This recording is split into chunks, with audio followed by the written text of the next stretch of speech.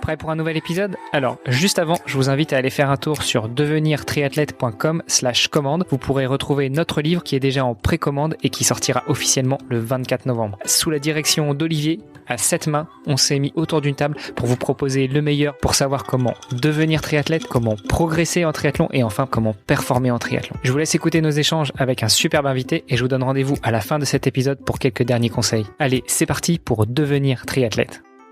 Salut sportifs, c'est Armano et vous êtes dans le dernier épisode de la semaine du podcast Devenir triathlète. Olivier de Scooter est toujours à mes côtés pour co-animer cet épisode. Salut Olivier. Salut Armano.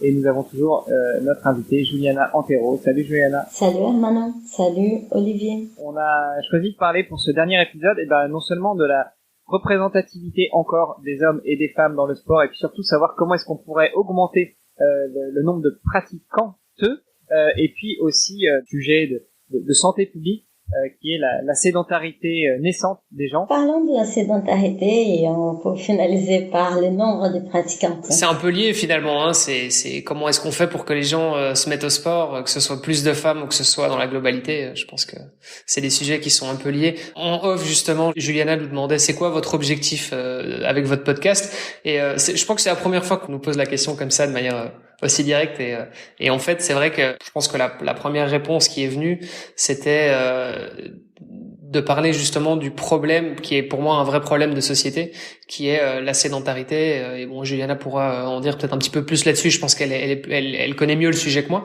mais effectivement enfin moi ce que j'avais retenu comme information c'est que la sédentarité avait augmenté de 10% sur les 15 dernières années en Europe.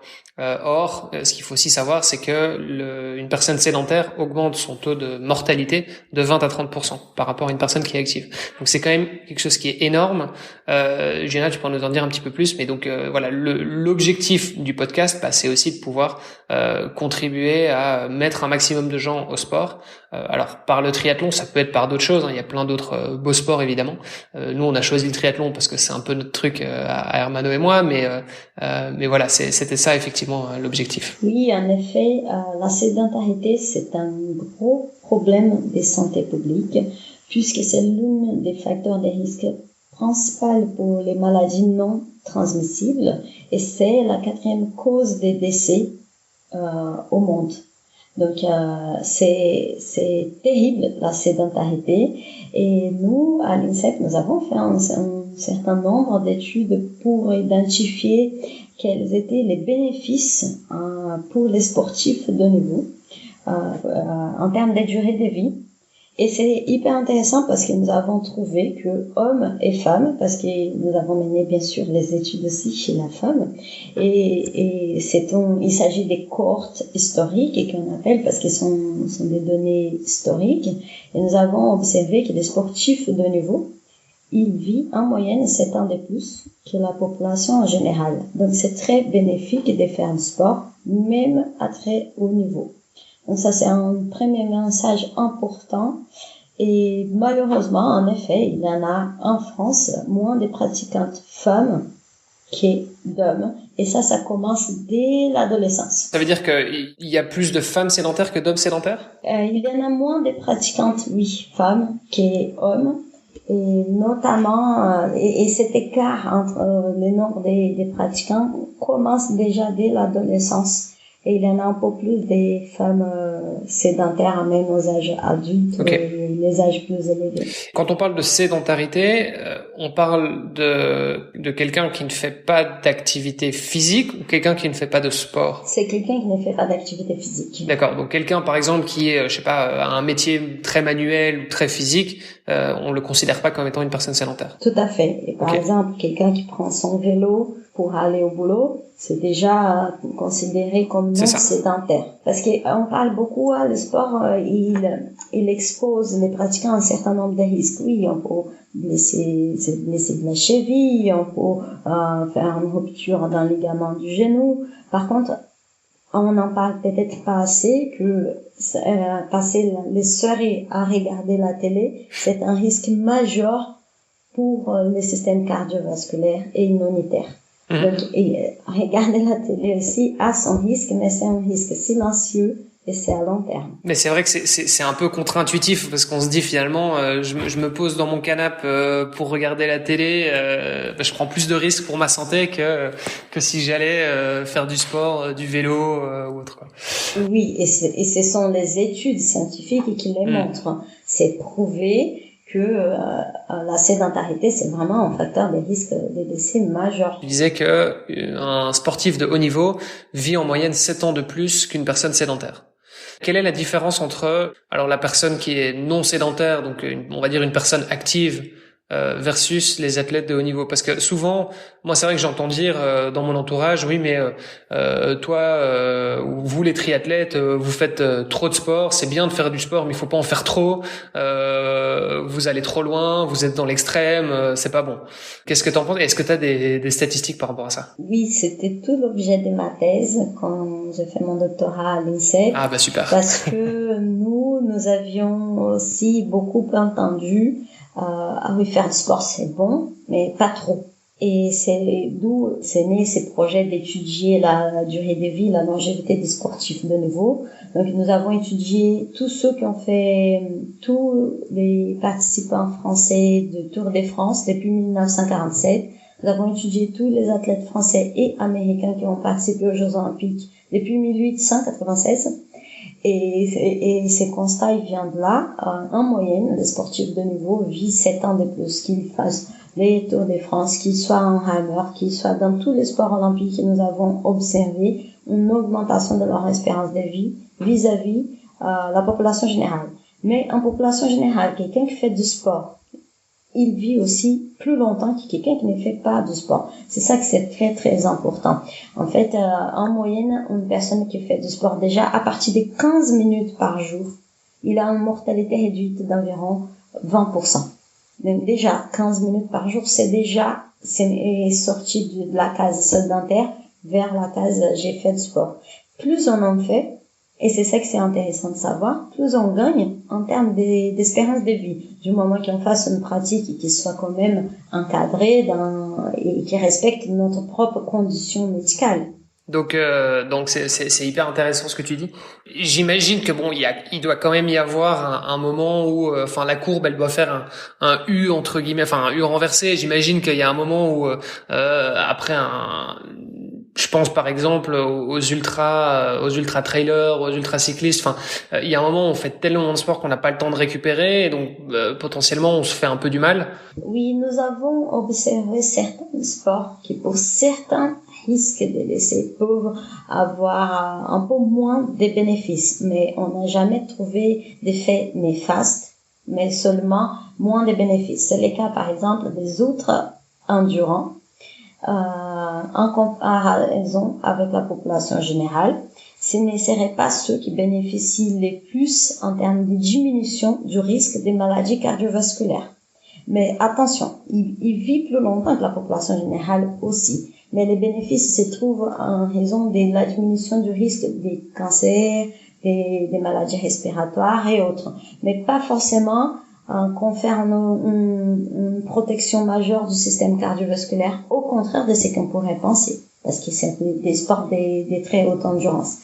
Et à ces mêmes titres, par exemple, les sports des contacts directs qui se posent des contacts avec la tête, qui sont des sports comme la boxe, les rugby, ou encore des sports hockey sur glace, football américain. C'est des sports qui exposent ces sportifs à plus des risques des maladies neurodégénératives, sont du type Alzheimer, Parkinson, démence, mais ce sont des risques individuels et spécifiques qu'on prend contre toute la population. Eux aussi, ils bénéficient d'une durée de vie augmentée, ils vivent plus longtemps, mais certains sont plus à risque pour ce type de maladies. Remarque un peu bête, mais quid du dopage? Est-ce qu'on a des stats aussi de tous ces sportifs qui éventuellement ont recours au dopage, dont on le sait puisqu'il y a eu des tests qui se sont révélés positifs et qui pourraient éventuellement avoir un impact négatif sur leur durée de vie? C'est un challenge d'étudier les dopages parce qu'on ne sait pas ceux qui sont dopés, on sait qu'ils sont dopés, mais ceux qui ne sont pas dopés, on peut pas dire qu'ils ne le sont pas parce qu'on ne sait pas, on connaît pas cette variable. Mais en termes d'études scientifiques, c'est comme ça, c'est dichotomique, oui ou non, mais on ne sait pas si ceux qui sont non dopés, c'est juste qu'ils n'ont pas été pris sous les dopages. Et c'est l'une des raisons pour lesquelles, en disant ça comme ça, c'est peut-être un peu trop cash, mais on a étudié les Tours de France parce que c'est là où il y a plein d'aveux des dopages. On ne sait pas si c'est pas plus que d'autres sports, hein. À nouveau, c'est très difficile de déterminer la prévalence de dopage dans tous les sports, mais on a comparé les différentes périodes parce qu'on sait que la pratique dopante, elle a changé au cours des années. Par exemple, avant les années 80, c'était plutôt des anabolisants, après on va passer vers les PE, et donc c'est là ça change. Et quand on regarde leur durée de vie et les risques de décès, il est strictement comparable au cours de ces périodes, parce que c'est comme j'ai dit, depuis 1947, on a étudié ces cyclistes, et nous croyons alors que non, il n'a pas un impact néfaste parce que c'est quand même bien maîtrisé, contrôlé, bien que ça, c'est pas un néfaste pour la durée de vie, attention, hein, pour les sports, hein, bien sûr, pour les fair play et tout ça, mais parmi des sportifs professionnels aussi, où la pratique dopante, elle peut être aussi maîtrisée parce qu'elle est cachée. C'est qu'ils ne seraient pas, peut-être pas les mêmes pour les sportifs amateurs.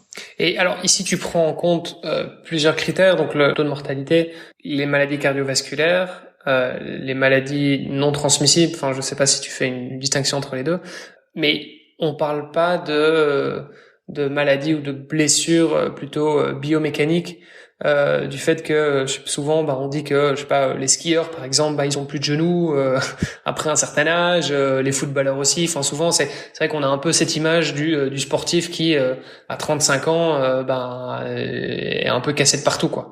Et puis les causes externes, le triathlète qui se fait renverser par une voiture et qui reste sur le carreau. Bon, après, est-ce que vous intégrez ça dans vos calculs? Parce que justement, si le triathlète n'avait pas pratiqué le triathlon, peut-être qu'il n'aurait pas eu ce risque d'accident. Oui, tout à fait. Il y a des risques. C'est pas qu'il n'y a pas des risques à pratiquer du sport de haut niveau. Et ces risques, les d'autant plus importants. L'inertie, elle augmente. Plus la vitesse, elle augmente. Les risques des chutes, d'impact, il est bien trop important. Mais en fait, sont des risques qui sont assez visibles parce que oui, s'il est renversé dans une route, on va les voir. La rupture d'un ligament croisé, on va les voir. Après, la rupture d'un ligament croisé du genou, c'est très très prévalent parmi les skieurs et que ça arrive plus d'une fois pour certains sportifs, peut avoir des conséquences, des séquelles plus tard au niveau ostéo-articulaire. Ils peuvent avoir d'arthrose. C'est montré que certains sportifs vont en avoir. Par contre, c'est après qu'on met tout dans la balance, les risques d'avoir d'arthrose, il est présent, il est réel chez certains sportifs. Ça dépend du type de sport, mais c'est réel. Mais les risques des cancers, les risques des maladies cardiovasculaires, les risques de toutes ces décès qui sont bien plus importants, il est diminué. Donc à un moment donné, il vaut peut-être, c'est à chacun de choisir, mais sauf que on peut pas vraiment les choisir, c'est la vérité. Mais on peut avoir plus de risques, mal au dos, mal au genou, mais moins de cancers et moins d'infarctus. Bon, quitte à choisir, vaut peut-être mieux se péter une jambe que de finir avec un pacemaker. C'est ça ce que tu veux dire? Après, il faut aussi, c'est important de savoir, ce sont des études des populations. Là, c'est différent de l'étude qu'on mentionnait lors des épisodes précédents, qui ont parlé d'un suivi individuel. Là, c'est un risque collectif. Mais dans cette population, il y aura certains qui, malheureusement, ils auront peut-être un accident des routes et pour avoir un décès sur les coups, pour cette personne, ça n'intéresse pas du tout toutes ces statistiques. Mais ce qui nous intéresse à nous pour les points de vue de la santé publique, c'est de savoir si pour cette population de sportifs, le sport il est néfaste. Non, et la réponse est non. Le sport il est extrêmement bénéfique. Mais on ne peut pas contrôler les risques individuels. Alors pour revenir un petit peu sur l'étude Empower et plutôt sur la place des femmes dans le sport, on a commencé cet épisode en disant que l'autre question du jour ce serait comment on pourrait augmenter aussi la part de pratiquantes dans le sport. Est-ce que toi, tu as des idées, des pistes là-dessus? Parce que on dit quand même qu'il y a plus de femmes que d'hommes sur Terre. Pourtant, il y a moins de pratiquantes que de pratiquants. Comment est-ce qu'on peut inverser la tendance ou un peu essayer de l'équilibrer? Je n'ai pas la réponse à cette question, mais j'ai quelques éléments de réflexion. La première chose, ça serait peut-être donner un peu plus de visibilité au sport féminin. Et je pense comme ça, c'est comme pour les choix de métiers. Plus on se voit représenté dans un certain métier, on se voit représenté dans un certain sport. Peut-être les jeunes filles, les nouvelles générations peuvent se dire, peut-être c'est moi la prochaine championne olympique, ou peut-être juste de dire, mais je peux aussi pratiquer ce sport. Je vais parler, parce que c'est mon côté brésilien, mais on a eu une skateuse aux Jeux Olympiques, elle a pris la médaille d'argent, c'est Raíssa Leal. À 13 ans, elle a eu à Tokyo sa médaille olympique. Les jours qu'elle a eu sa médaille, le lendemain, le nombre des ventes des skates pour les filles a monté énormément au Brésil. Et je pense que ça montre, c'est intéressant, cette représentation, mais que les jeunes filles peuvent se dire, mais moi aussi je peux faire du skate. Donc j'y crois à cette question de la visibilité du sport féminin pour augmenter le nombre de pratiquantes.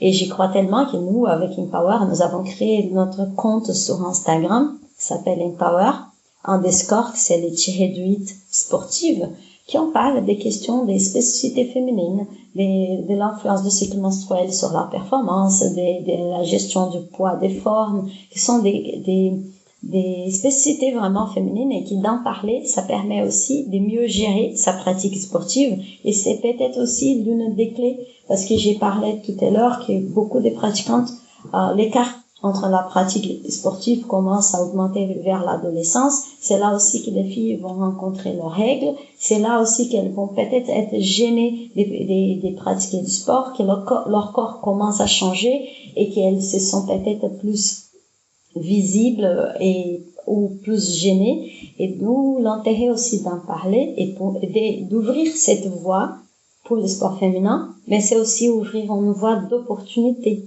D'ouvrir plus des conditions aussi aux athlètes femmes qui essayent de monter vers le haut niveau, de pouvoir y accéder grâce à plus de financement, grâce à plus de soutien, grâce à plus peut-être des sponsors aussi. Donc, ce sont plusieurs hypothèses, plusieurs éléments de réponse pour ta question, Hermano. Oui, il va falloir qu'on invite plus d'athlètes féminines sur le podcast, Hermano. Voilà, pour avoir une plus grande représentativité et donner plus envie à nos auditrices et nos auditeurs. Ou plutôt à nos auditeurs, qui sont quand même beaucoup plus nombreux, d'aller chercher des auditrices et des pratiquants. C'est une bonne idée. C'est une très bonne idée. Juliana, merci beaucoup pour ta présence sur le podcast. Merci beaucoup pour toutes ces réponses. Tu as parlé du compte Instagram Empower_sportive. Si on veut te suivre toi, où est-ce que ça se passe? Là, vous pouvez utiliser l'Instagram ou bien sur LinkedIn, que c'est aussi Empower. Merci beaucoup, Juliana. Je te souhaite une très très très très très bonne continuation, une très bonne pratique. Amène plein de pratiquants liés. Je te souhaite un bon week-end et on se retrouve la semaine prochaine. Yes, super. Merci Hermano, merci Juliana, c'était passionnant et on remettra le couvert, je l'espère, prochainement. Merci à tous les deux. Merci, à bientôt. À bientôt. Au revoir. Merci d'avoir écouté cet épisode et peut-être même cette série hebdomadaire jusqu'au bout. N'oubliez pas de rejoindre notre groupe Facebook pour discuter avec les invités, commenter et poser vos questions. Et Olivier et moi, nous vous répondrons dans un prochain épisode. Bon week-end et à la semaine prochaine. Salut les sportifs.